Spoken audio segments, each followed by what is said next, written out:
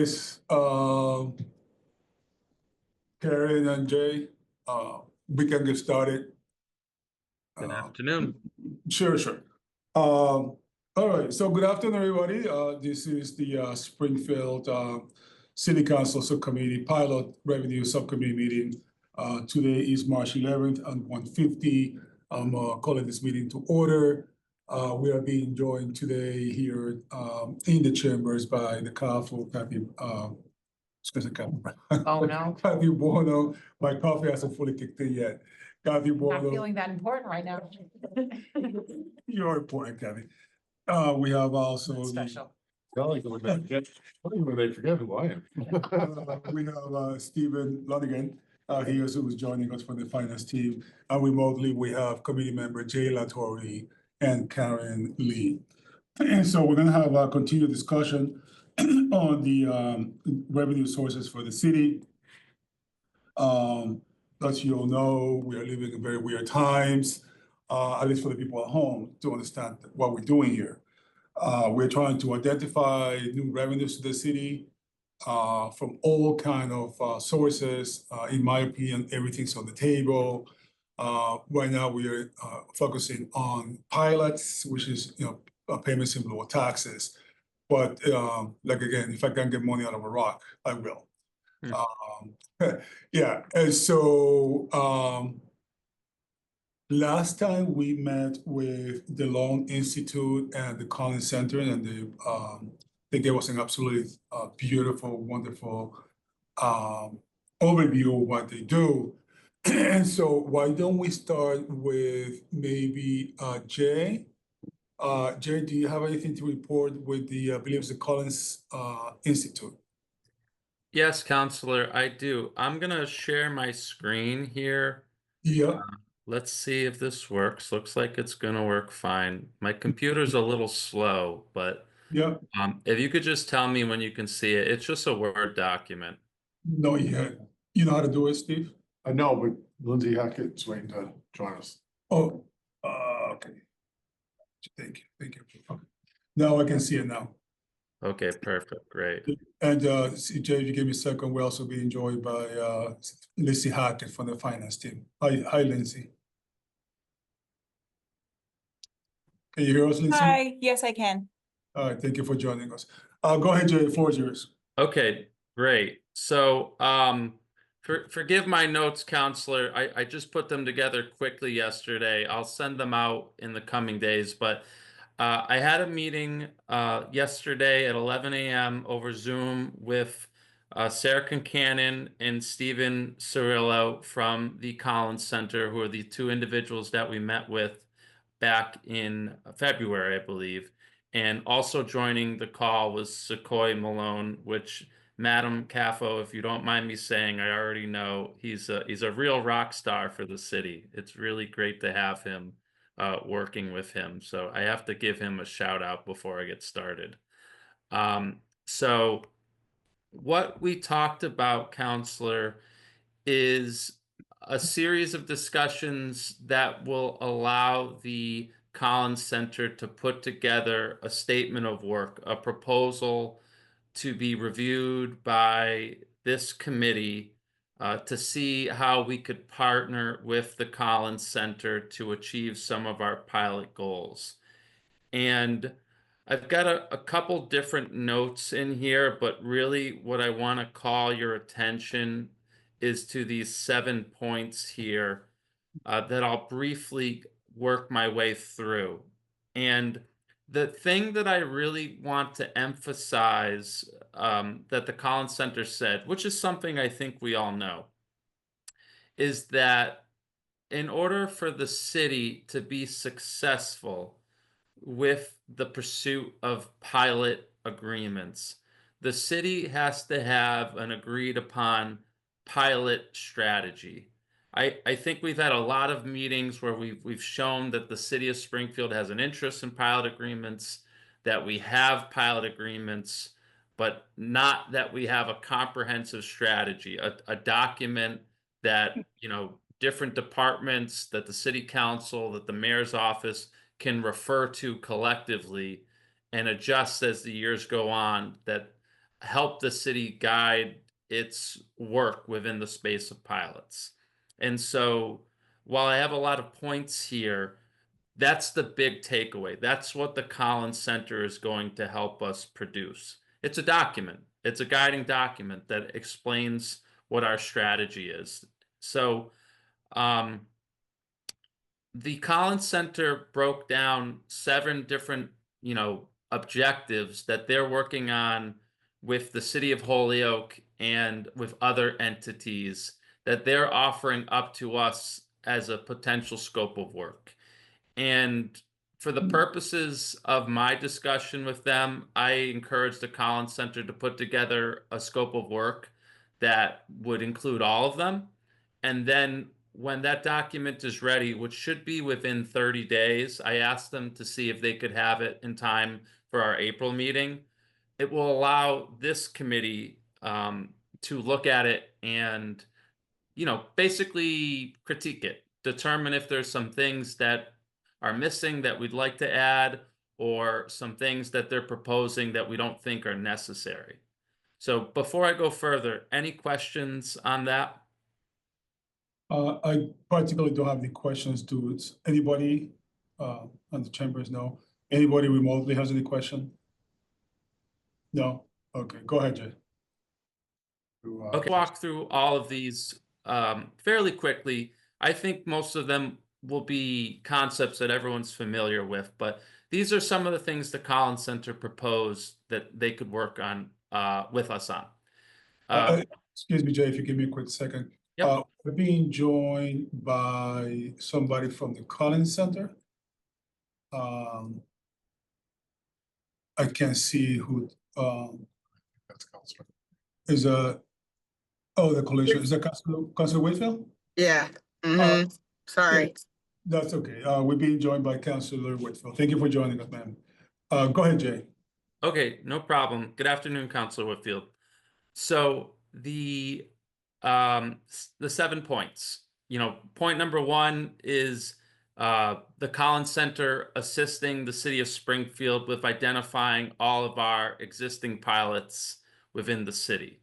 I think my impression is we generally have a good understanding of what pilots exist today between, entities in the city of Springfield. But, Stephen Cirillo brought up the point that in working with other municipalities, for example, they've done a little deep digging and discovered, some pilot agreements that municipalities didn't know about, some pilot agreements that were actually TIFs.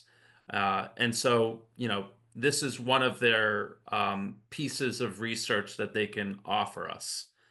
The second point is a review working with the assessor of all the tax exempt parcels across the city. You will recall, Counselor, that previously Mr. Greenhaw has commented, and Mr. Cirillo mentioned this as well, that, assessors' offices only have so much time, day to day, week to week, month to month. And so their primary focus is on the proper assessment of taxable parcels. Cities all over have non-taxable parcels, and they still have to be assessed in accordance with state statute, but there could be non-taxable parcels that could benefit from a more detailed assessment, because that is the basis of most pilot agreements, right? It's typically a percentage of the assessed value, or the assessed amount of taxes that the parcel would pay if it was a taxable parcel. The third point is, basically I would say like a executive summary of the surrounding cities and towns that have pilot policies. We've talked about, for example, that Boston has a pilot policy. We know that other towns are pursuing pilots, but they would provide, kind of a high level summary of the, maybe the good and bad points of some of the existing pilot policies within the Commonwealth. The idea being there, we may not have the bandwidth to review Boston's 100-page pilot policy, but we can review a 2 or 3 page prospectus that tells us, We talked about drafting a policy for the city of Springfield, which we would, of course, assist them with. They also mentioned that outside of the policy for the city of Springfield, pilot policy, they can make some recommendations to some of the agencies that would be involved in all of this, whether that's assessors, whether that's administration and finance, whether that's collections and treasurer, the mayor's office, city council, just different policies that would all go towards the goal of increasing revenue and taking advantage of opportunities. And then the last 2 points, um, number 6 is identification of strategies for negotiation. This one is really important. I think we all know that negotiating pilots is a sensitive topic. These are not agreements that nonprofits have to enter into.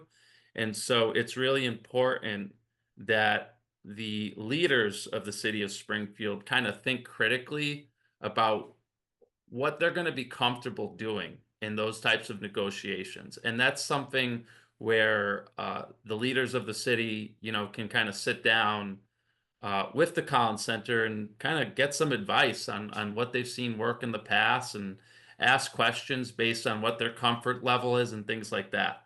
And then the last thing that they mentioned, which they thought was really important, and I know that I don't think the city solicitor's in the room, but I know he'll like to hear this, is they really recommend that the city works to put together a standard pilot contract that they would execute for every agreement.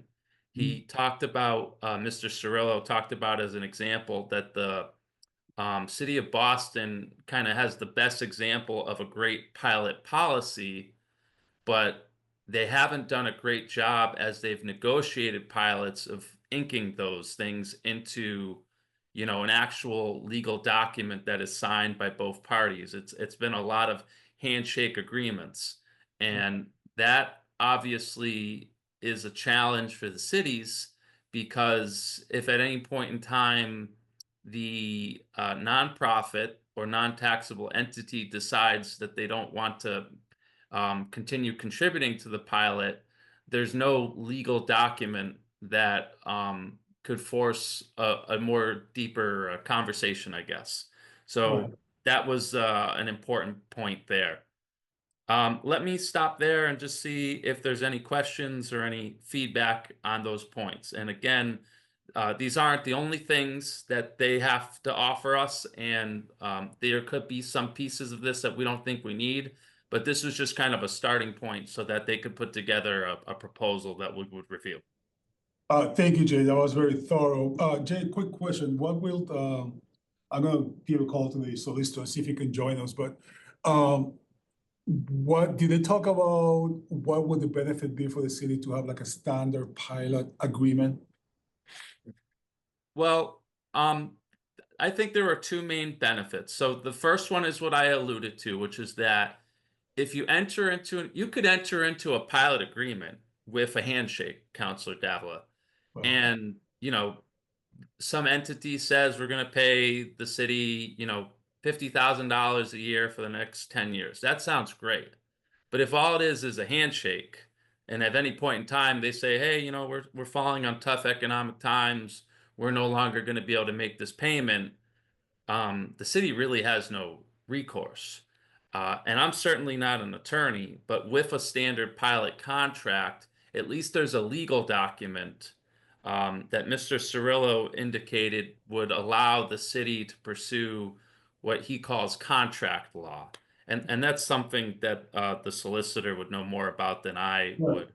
Good. The other thing I would say, and it alludes to this point that I have just below bullet point 7, is that Mr. Cirillo feels it's very important for the city of Springfield to treat every non-taxable, entity the same. And so having a standard pilot contract that, we would use as the basis for every negotiation is going towards treating them all the same. And it doesn't necessarily mean that, we're going to enter into negotiations of every single entity all at once, right? There's hundreds, if not thousands, of entities. That takes time. But the goal has to be, for fairness and also legality, that every entity that is non-taxable is treated the same, which means that every entity that is non-taxable, could be approached with similar terms for a pilot agreement. So those are the two things I took from it. Thank you, Jay. That was a very good, thorough resume of your meeting. It sounds like it was a very productive meeting. Now, quick questions. Were they able to give you some sort of sample standardized pilot contracts with other municipalities? Not during the meeting, but I made the requests, and I'm going to be sending them the summary of these notes, and they'll get back to us. And I'll make sure to ask them, if they can get that to us sooner, so we could start to collectively as a committee comb through it. I think that And would what be good. we had also discussed, Jay, about sample policies, because I think the call center, they have engaged in 23 or 24 successful pilot agreements throughout the state. And I did had a brief conversation with the mayor and Kathy Bono, who's here with us, and we really would like to see some sort of Are there sample any policies? like, And it's hard to compare us to Boston, so are there any policies that have, for a community that's equivalent to Springfield, that they have put in and that have been successful? Because, we'd like to take a look at those first. right. Yeah, I can ask that question, Kathy. I'd be happy to. I'm sure I would be hopeful that they'd be willing to share Holyoke's with us, but I'm thinking about, like, Worcester or Lowell or Lawrence, similar gateway cities, things like that, or Right. similar size cities. Is Holyoke done? Have they finished their? Progressing pretty quickly. They're working. They didn't say they were finalized, but it sounds like they're wrapping up. Yep. So I'll certainly ask about that one, along with any others that they can share. In fact, I think when I had a quick conversation with the mayor of Holyoke, he told me they were inspired by us. And so we're definitely in the right track. But as I said before, we're doing this slowly so that it lasts and we do it right. So we're gonna have to go back and fix it. Very well. So Jay, so you were not able to get, or they have not provided you with sample policies as of yet? No, but I'm going to be sharing these notes with them, and I'll see if they can share anything with us this week or early next. Yeah, so like the CAF will say, Kathy, anything that's compatible to Springfield, some samples of other policies, and also maybe like example or two of standard pilot agreement contracts, because I would like the solicitor to take a look at that, and then we can adjust it to our reality. So excellent. And Councilor Allen's right. I'm sorry, I'm not keeping track here of where you see. I see. Okay. All right. We are being joined by Councilor Timmy Allen. Thank you, Councilor, for joining us. I believe, Karen, you have a question? Yes, Go ahead. Jay, could we just back up a little bit to, you brought up that we treat them all equally. So that is, a great overview of that. But I'm curious, when you say treat them all equally, are they referring to, if they're the same type of business, that there's one way to look at them? Or is it across the board? And are we able to negotiate particulars? Like, maybe only this person is charged 10%, another is 15% of the tax of what would be owed. So I'm a little confused when they say treat them all equally, when each entity, is a, do you know what I'm trying to say? Like, I do. And I think I can answer your question. So I don't believe it's necessary to say, for example, Karen, everyone's going to pay 25% my way or the highway. That's not really what they're talking about. What I think that the point Mr. Cirillo is saying is first of all, you can't exclude certain entities from at least being, an opportunity for discussion. So if you look at my note before bullet 7, you know, you it's really not a good policy to say, the city of Springfield is going to seek to enter into pilot agreements with all non-taxable entities within the city except for religious institutions, right? Um, it might be a little more politically tolerable, but if you do that, you're putting the nonprofits into different categories, and that can be problematic. Now, again, it doesn't mean that, you can't pick a certain group of nonprofits or a certain type of business or organization as your first effort. It just means that you shouldn't purposely enshrine into a document, a strategy that includes some as potential and excludes other. And then the other piece that I'll speak to is I absolutely think that you can have what I'll call individual negotiations with different entities. And the example Mr. Cirillo gave was as follows. You might have one nonprofit that raises their hand and says, we'll gladly, pay 15% of what we would pay if we were paying, property taxes on commercial valuation. And that's great.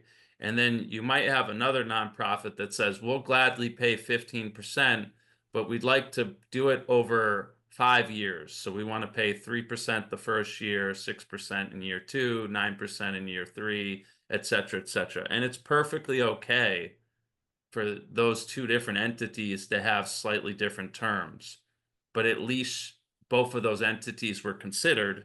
And then if the negotiation takes you to a certain place, his comment was that it was appropriate.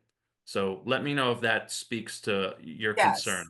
absolutely. Okay, thank you. Then that clears it up. So that's good news. Okay.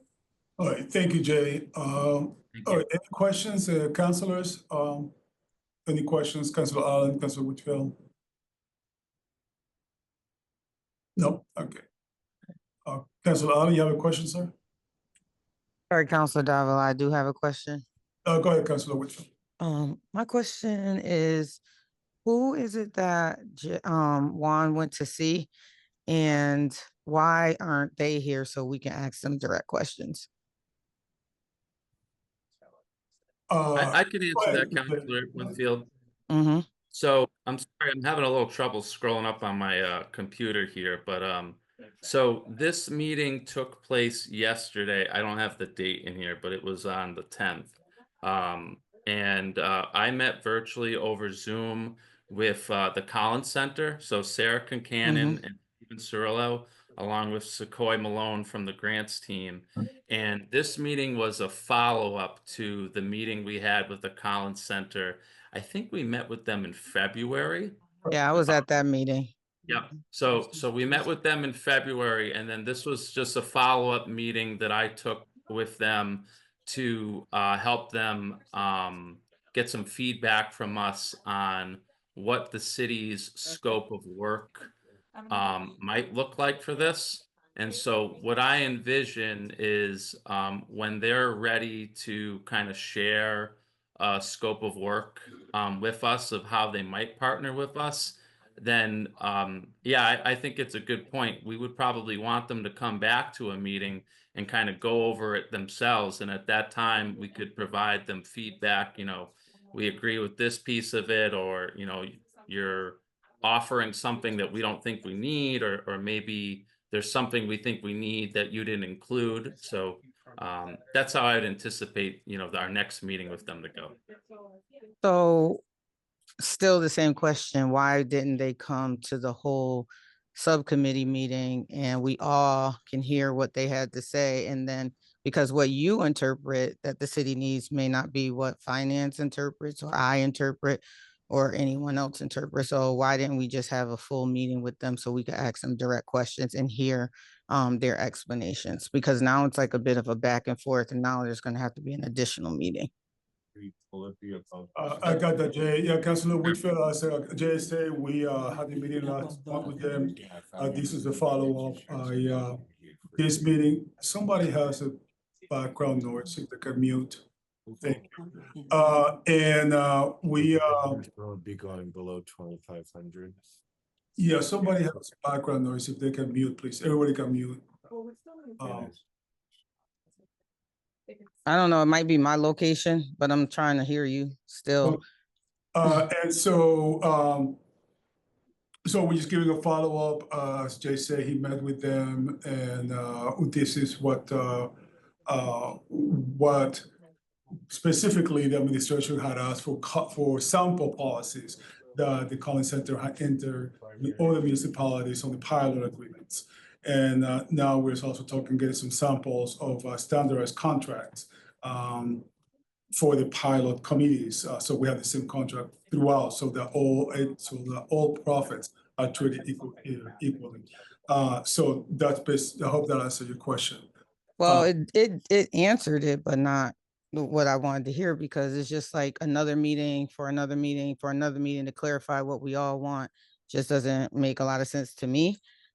If we were on that meeting, some of the questions that like Karen asked and even you asked could have been answered directly by them, and we could have gave them direct feedback on this meeting, because these meetings at 1:45 Yeah. in the afternoon are kind of like inconvenience to people that work full time. And now there's going to have to be another meeting with them. And then if we have more information that we're looking for, or we want clarification, or we got to go back and research, and that's going to require a fourth meeting. So I just didn't understand why we didn't just have them come to a subcommittee meeting.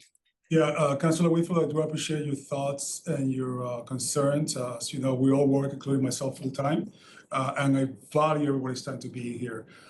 This is something that we sign on for, and I'm just very grateful for what is here. And so this is how I, as the chair, move this meeting forward, and I appreciate your thoughts and on that. You have anything else? No, thank you, Councilor Whitfield.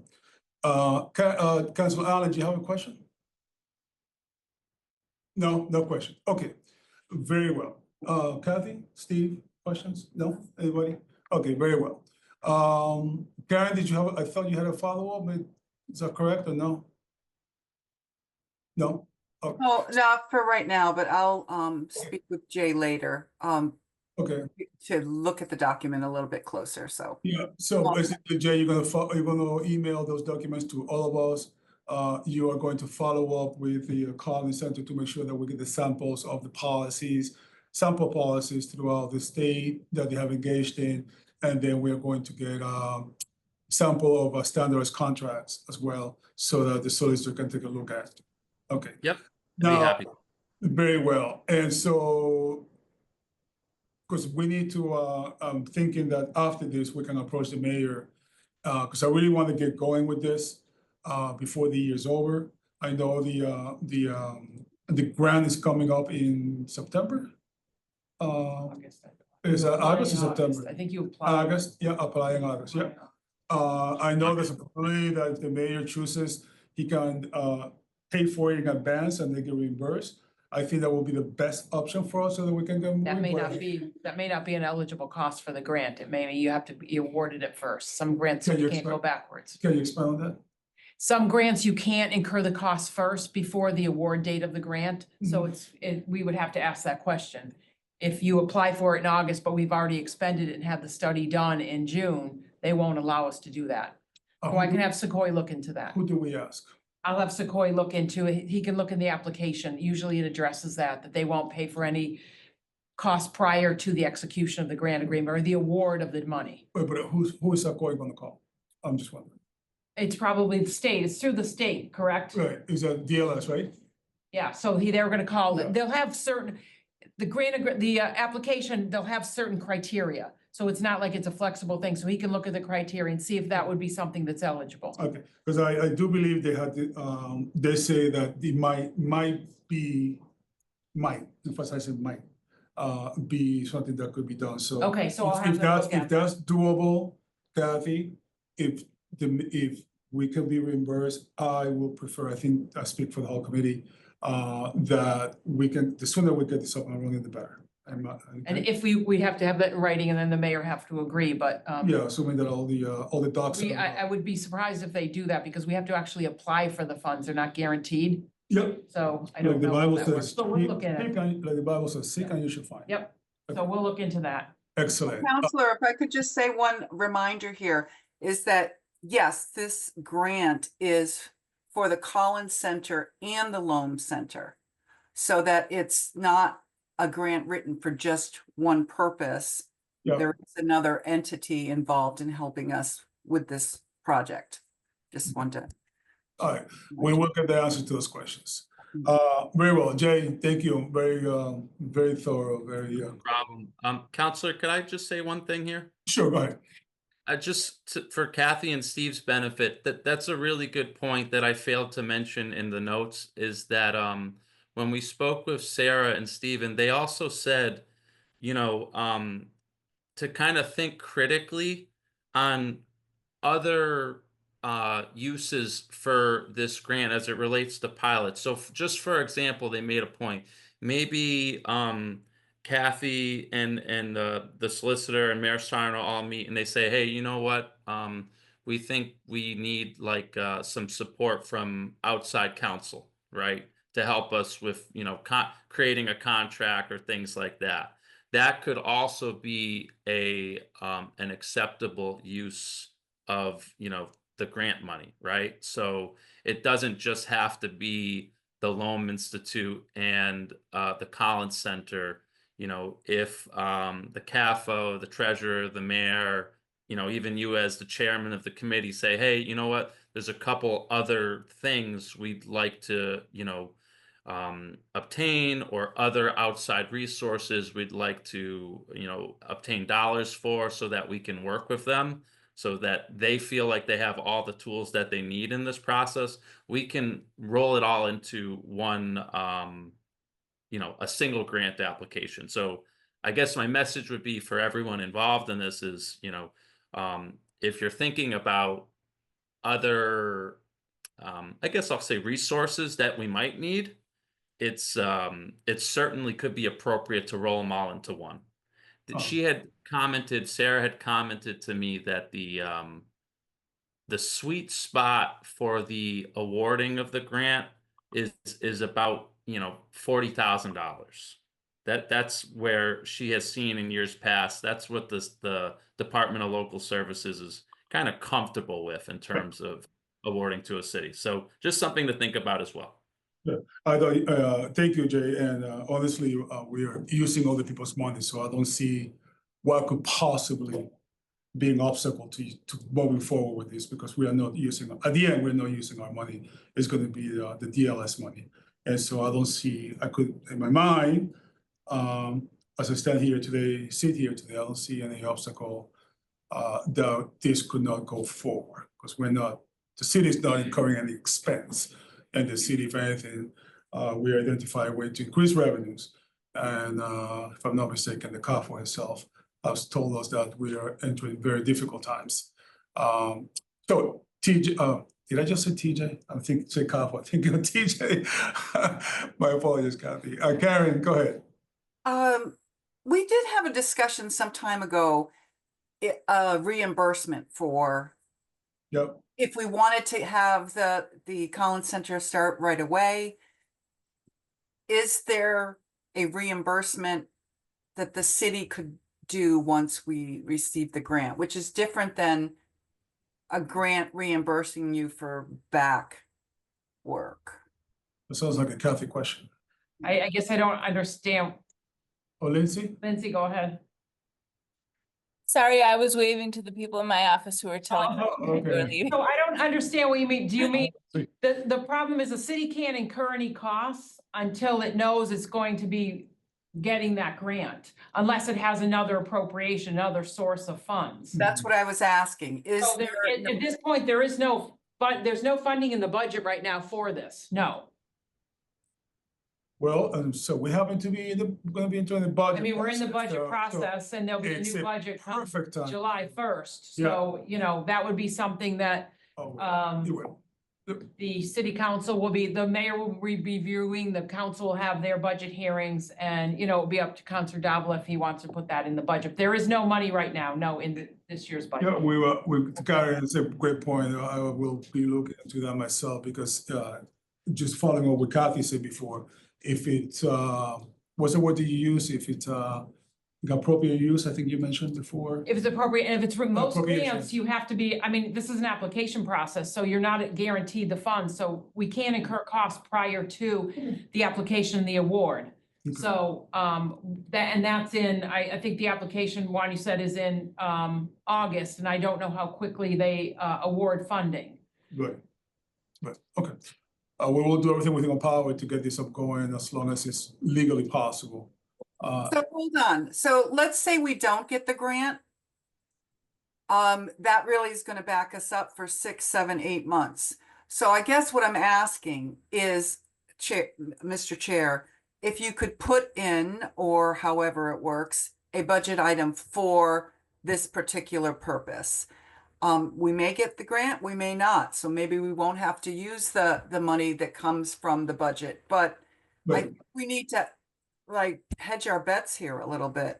No, I agree with you. I haven't had that conversation with the mayor as of yet. And it makes sense to me.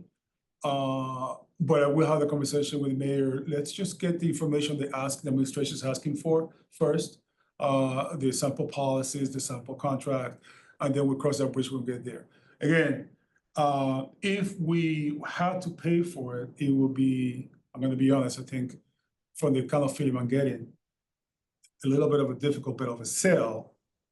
But again, the Bible says, seek and you shall find.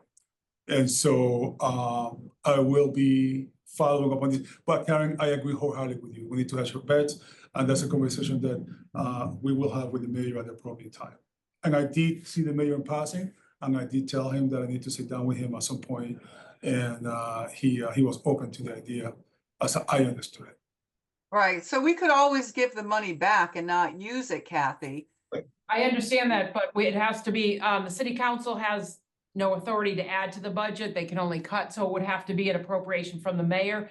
We are just starting our budget process, and as you know, we don't know what we're facing at the federal level. Right. So any new monies, new appropriations to the budget are gonna be very difficult to get in this year. And Karen, Kathy's right. The real power that we have is to cut. Because we have the power of the string, us being the city council. So rest assured, I will be looking at the budget creatively, because this needs to go forward.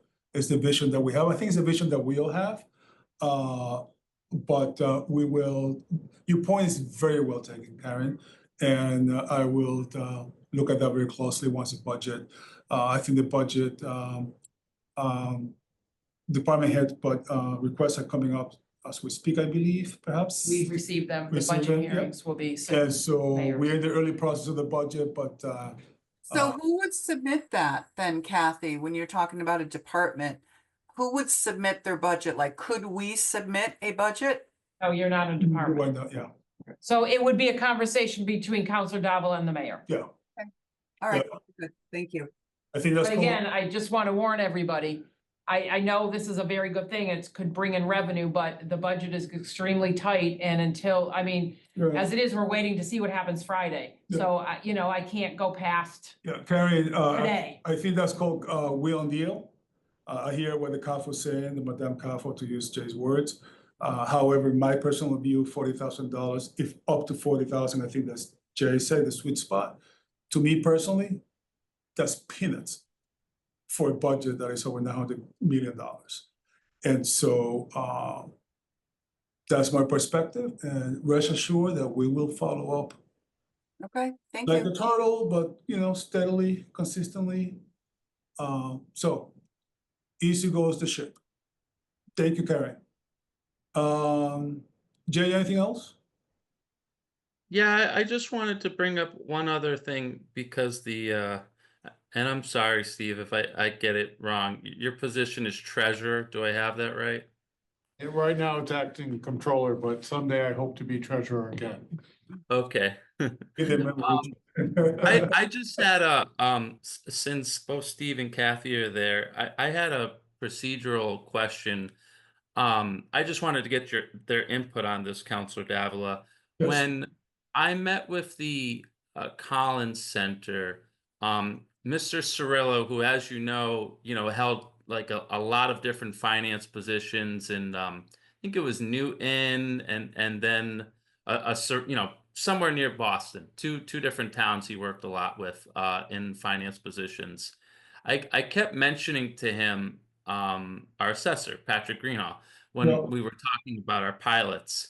And he kind of kept politely correcting me, um, you know, when I was talking about the assessor. And he kept saying, you know, well, really, it should be your city treasurer who's responsible for, you know, the management and I guess you could use the word enforcement of pilots. And so I just explained to him that, you know, I really wasn't trying to imply how the city of Springfield does it, simply that we were working with Mr. Greenhall originally to get the actual documents in PDF form of our existing pilots, not implying that he was the one that managed them. So I was just curious, you know, is it correct to say in our city that the treasurer is ultimately responsible for managing the pilots?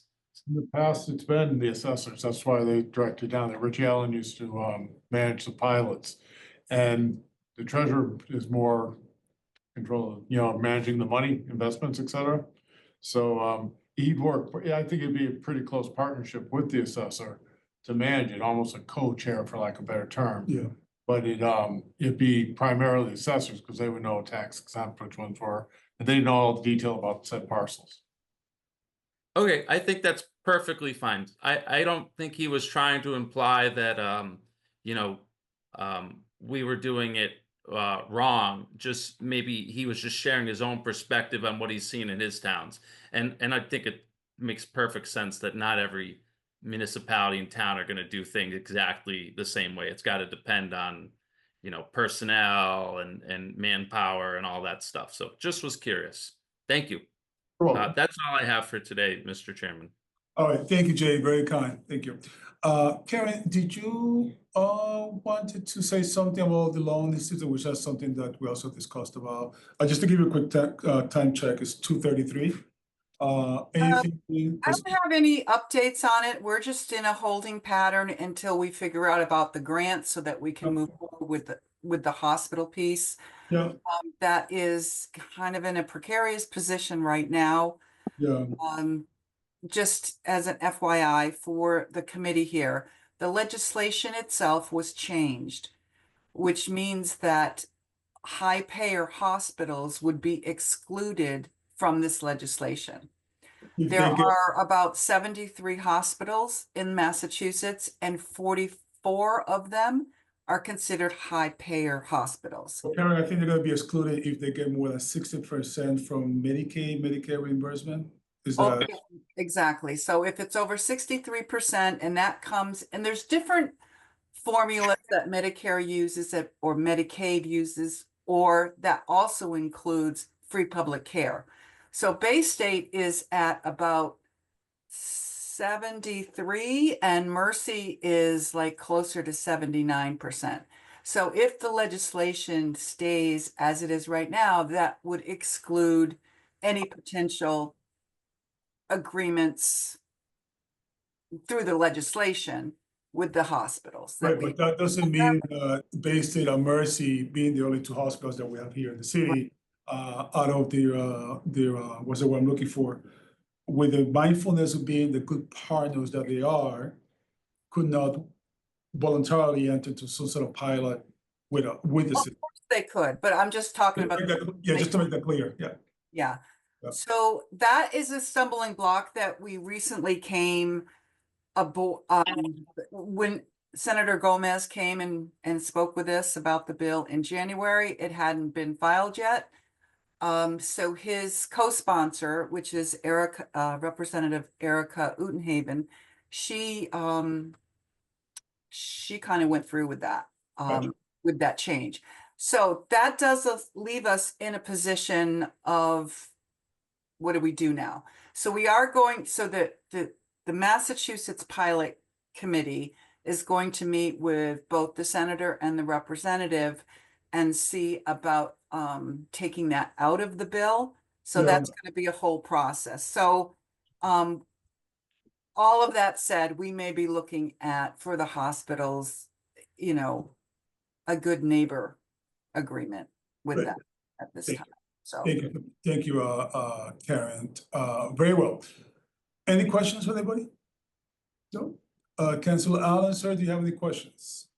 Oh, just like to, I don't know if I'm muted or unmuted, but just like to thank everybody for your efforts on this. This thing just keeps rolling along. Thank you. Yeah, this is, we're doing this very slowly, carefully, so that it lasts, Councilor Allen. If I had my way, it would have been done a long time ago, but I don't have all the power, so we will continue like the turtle, slow and easy, you know, and we will prevail. Thank you, Councilor Allen. All right, thank you. And so just to be clear, Karen emphasized that we sort of enter kind of a holding pattern right now. We're basically waiting for that information from the Collins Center for those samples of the policies and the standardized contracts for the pilots, so that the administration can analyze them, and then we can have a chit chat with the mayor and the powers to be, which I'm sure is going to include Kathy, to move forward. Again, I said again for the third time today, we're going to be using other people's money. I don't see what could possibly hold this up, because we're using other people's money, and we will get more money for the city. And so it will make no sense to me if we're saying on one hand that we are financially concerned, but we have the ability to get money, that we say no to this. So I'm just putting that out there early, what my expectations are as a councilor, as a chair. And I will be looking at the budget very closely, because, and just to put it out there, if for whatever reason we are unable to get a grant, I'm gonna get all kinds of creative thoughts as to how we're gonna get this money. So I've always said from the get-go, we've been very transparent, no punches pulled, no blindsiding anybody, and we are not gonna be led by the nose on this. That's it. We need money, and we're gonna get money somehow.